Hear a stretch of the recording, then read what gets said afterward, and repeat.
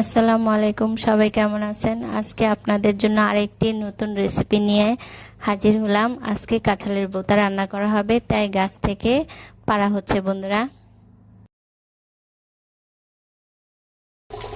আমি হ্যান্ড গ্লাভসের কাজটা পলিথিন দিয়ে সেরে নিলাম, কারণ যেই কষ আমার হ্যান্ড গ্লাভসে নষ্ট হয়ে যাবে। আচ্ছা, যাই হোক, আমি প্রথমে কাঁঠালটাকে সুন্দর করে কেটে কেটে এটাকে সেদ্ধ করে নিব লবণ আর হলুদ দিয়ে। কাঁচা কাঁঠালের তরকারি মাংসের তরকারিকেও হার মানাবে, এত মজা হয় বন্ধুরা।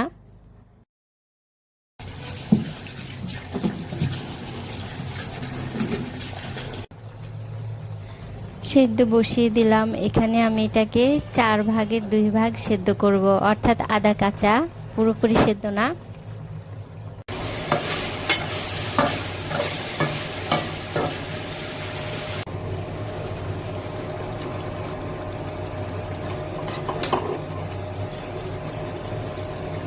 আমি অতিরিক্ত কোনো পানি দেইনি, কষানো ঝোলটা দিয়ে আমার হয়ে যাবে, কারণ আমি মাখা মাখা রাখবো বন্ধুরা, আর এটা মাখা মাখা হলেই ভালো হয়।